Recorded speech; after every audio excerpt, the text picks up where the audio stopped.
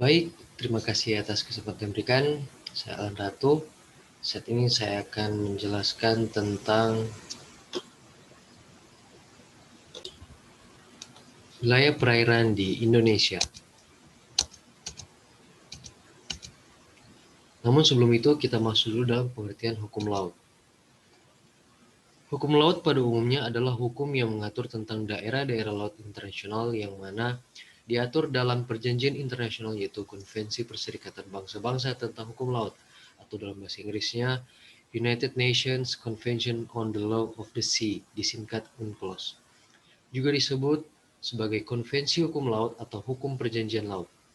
Adalah perjanjian internasional yang dihasilkan dari Konferensi Perserikatan Bangsa-Bangsa tentang Hukum Laut yang ketiga itu UNCLOS ketiga yang berlangsung dari tahun 1973 sampai dengan tahun 1982.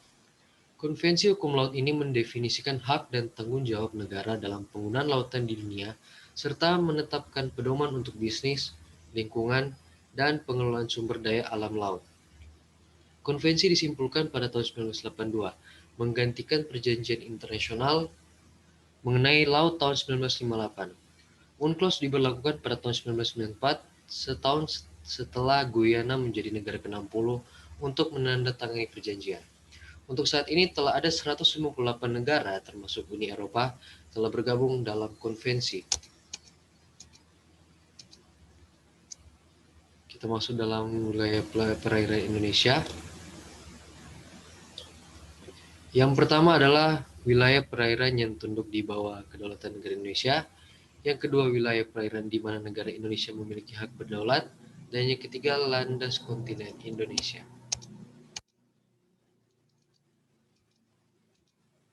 Yang pertama adalah wilayah perairan yang tunduk di bawah kedaulatan negara Indonesia. Wilayah perairan Indonesia meliputi Laut Teritorial Indonesia, perairan laut kepulauan, dan perairan pedalaman. Laut teritorial Indonesia adalah jalur laut selebar 12 mil laut yang diukur dari garis pangkal kepulauan Indonesia. Sedangkan perairan kepulauan Indonesia adalah semua perairan yang terletak pada sisi dalam garis pangkal lurus kepulauan tanpa memperhatikan kedalaman atau jaraknya dari pantai. Adapun perairan pedalaman Indonesia adalah semua perairan yang terletak pada sisi darat dari garis air rendah dari pantai-pantai Indonesia, termasuk ke dalamnya semua bagian dari perairan yang terletak pada sisi darat dari suatu garis penutup sebagaimana dimaksud dalam pasal 7. Ketentuan pasal 7 ini menentukan bahwa di dalam perairan kepulauan untuk penetapan batas perairan pedalaman, pemerintah Indonesia dapat menarik garis-garis penutup pada mulut sungai, kuala, teluk, anak laut, dan pelabuhan, di mana perairan pedalaman terdiri atas a. Laut pedalaman, yaitu bagian laut yang terletak pada sisi darat dari garis penutup, pada sisi laut dari garis air rendah, dan b. Perairan darat, yaitu segala perairan yang terletak pada sisi darat dari garis air rendah, kecuali pada mulut sungai. Perairan darat adalah sebagai perairan yang terletak pada sisi darat dari garis penutup mulut sungai. Kedaulatan negara Republik Indonesia di perairan Indonesia meliputi laut teritorial, perairan kepulauan, dan perairan pedalaman serta ruang udara di atas laut teritorial, perairan kepulauan, dan perairan pedalaman serta dasar laut dan tanah di bawahnya, termasuk sumber kekayaan alam yang terkandung di dalamnya. Kita masuk pada yang kedua, yaitu wilayah perairan di mana negara Indonesia memiliki hak berdaulat. Sebagaimana telah diuraikan di atas bahwa di samping negara kepulauan, rezim baru dalam hukum laut PBB adalah zona ekonomi eksklusif yang diatur dalam bab 5. Pasal 55 rezim khusus zona eksklusif ekonomi menentukan sebagai berikut. Zona ekonomi eksklusif adalah suatu daerah di luar dan berdampingan dengan laut teritorial yang tunduk pada rezim hukum khusus yang ditetapkan dalam bab ini berdasarkan mana hak-hak dan yurisdiksi negara pantai dan hak-hak serta kebebasan-kebebasan negara lain diatur oleh ketentuan-ketentuan yang relevan dengan konvensi ini. Selanjutnya, pasal 57 menentukan sebagai berikut. Zona ekonomi eksklusif tidak boleh melebihi 200 mil laut dari garis pangkal yang digunakan untuk mengukur lebar laut teritorial. Berdasarkan pada kedua pasal tersebut di atas, pasal 55 dan 57, Penulis menyusun pengertian yang pertama tentang zona ekonomi eksklusif sebagai berikut. Suatu daerah di luar dan berdampingan dengan laut teritorial yang lebarnya tidak melebihi 200 mil laut yang diukur dari garis pangkal yang digunakan untuk mengukur lebar laut teritorial. Berdasarkan mana hak-hak dan yurisdiksi negara pantai dan hak-hak serta kebebasan-kebebasan negara lain diatur oleh ketentuan-ketentuan dalam konvensi ini. Pengertian kedua, suatu daerah di luar dan berdampingan dengan laut teritorial selebar 188 mil laut dari batas luar atau outer limit, laut teritorial ke sisi atau arah laut berdasarkan mana hak-hak dan yurisdiksi negara pantai dan hak-hak serta kebebasan-kebebasan negara lain diatur oleh ketentuan-ketentuan konvensi ini.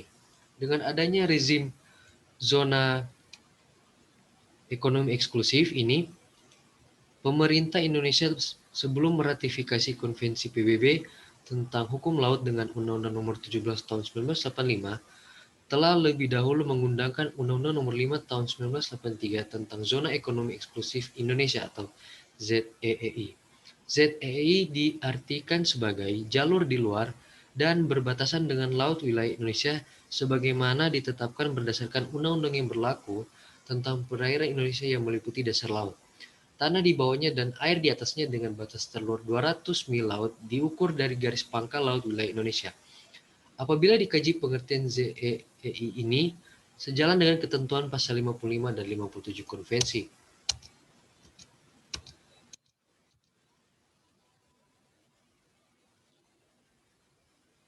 Berdasarkan dengan lebar ZEEI, lebar sesungguhnya zona ini adalah 188 mil laut. Mengapa? Karena 12 mil laut dari garis pangkal atau garis pangkal lurus kepulauan, garis pangkal biasa atau garis pangkal lurus merupakan laut teritorial yang tunduk di bawah kedaulatan negara Republik Indonesia. Di perairan zona ekonomi eksklusif terdapat kebebasan pelayaran bagi kapal-kapal asing, sedangkan ruang udara di atas zona ekonomi eksklusif terdapat kebebasan penerbangan bagi pesawat-pesawat terbang negara asing. Di ZEEI, Republik Indonesia mempunyai dan melaksanakan a.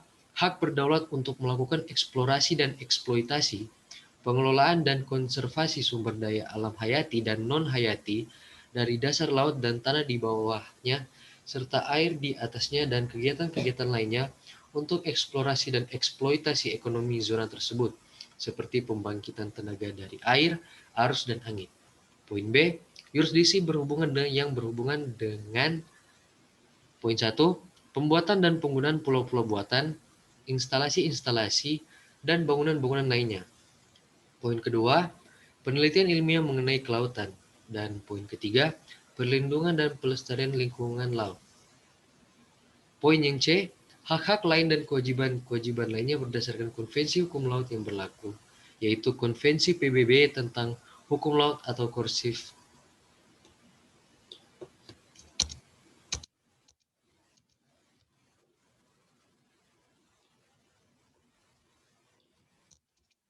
Kita masuk pada yang ketiga, yaitu landas kontinen Indonesia. Perihal landas kontinen diatur pertama kali dalam Konvensi Hukum Laut keempat Jenewa tahun 1958 dan diatur kembali dalam Konvensi PBB tentang Hukum Laut KHL 1982. Landas kontinen dalam Konvensi Hukum Laut 4 Jenewa tahun 1958 diatur dalam pasal 1-15. Pengertiannya sebagai berikut. Istilah landas kontinen digunakan untuk menunjuk a. dasar laut dan tanah di bawah laut yang berdampingan dengan pantai tapi berada di luar wilayah laut teritorialnya sampai kedalaman 200 meter atau melebihi batas itu, di mana kedalaman perairan-perairan yang berdampingan itu memungkinkan untuk eksploitasi sumber-sumber kekayaan di daerah tersebut. B. Dasar laut dan tanah di bawahnya yang berdampingan dengan pantai dari pulau-pulau, sedangkan landas kontinen dalam KHL 1982 diatur dalam bab 6 pasal 76-85. Definisinya sebagai berikut. Landas kontinen suatu negara pantai meliputi dasar laut dan tanah di bawahnya dari daerah di bawah permukaan laut yang terletak di luar laut teritorialnya sepanjang kelanjutan alamiah wilayah daratannya hingga pinggiran luar tepi kontinen, atau hingga suatu jarak 200 mil laut dari garis pangkal dari mana lebar laut teritorial diukur. Dalam hal pinggiran luar tepi kontinen tidak mencapai jarak tersebut. Dalam pengertian tersebut, terdapat istilah tepian kontinen. Tepian kontinen yang dimaksud meliputi kelanjutan bagian daratan negara pantai atau tidak mencakup dasar samudra dengan bukit-bukit samudra atau tanah di bawahnya yang berada di bawah permukaan air yang terdiri atas A. Dasar laut dan tanah di bawahnya dari dataran kontinen, B. Lereng slope dan C. Tanjakan rise.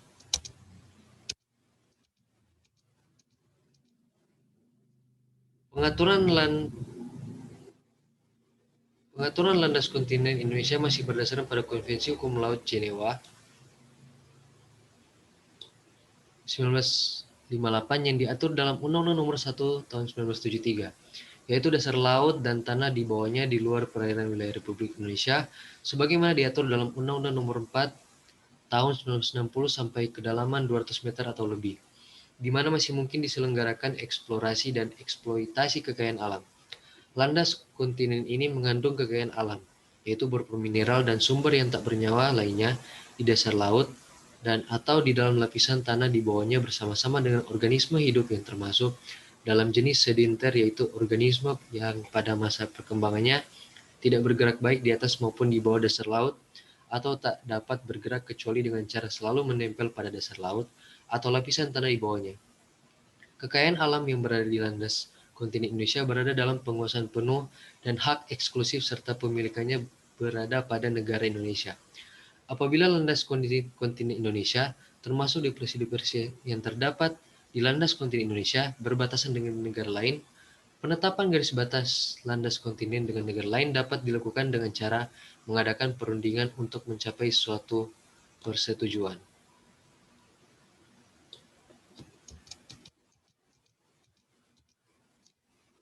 Kegiatan eksplorasi dan eksploitasi sumber-sumber kekayaan alam di landas kontinen Indonesia dilakukan sesuai dengan peraturan perundang-undangan yang berlaku di bidang masing-masing.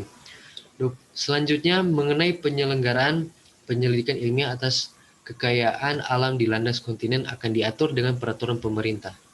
Untuk melaksanakan eksplorasi dan eksploitasi dapat dibangun, dipelihara, dan dipergunakan instalasi-instalasi, kapal-kapal, dan atau alat-alat lainnya di landas kontinen dan atau di atasnya.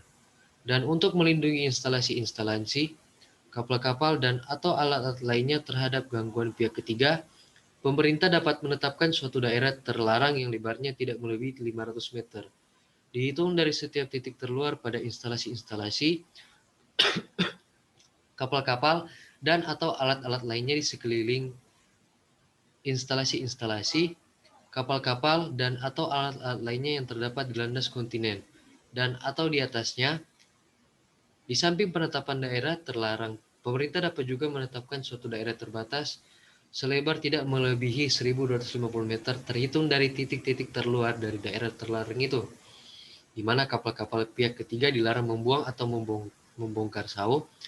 Mengenai syarat-syarat dan ketentuan-ketentuan tentang pembangunan, perlindungan, dan penggunaan instalasi dan atau alat-alat ini akan diatur lebih lanjut dengan peraturan pemerintah.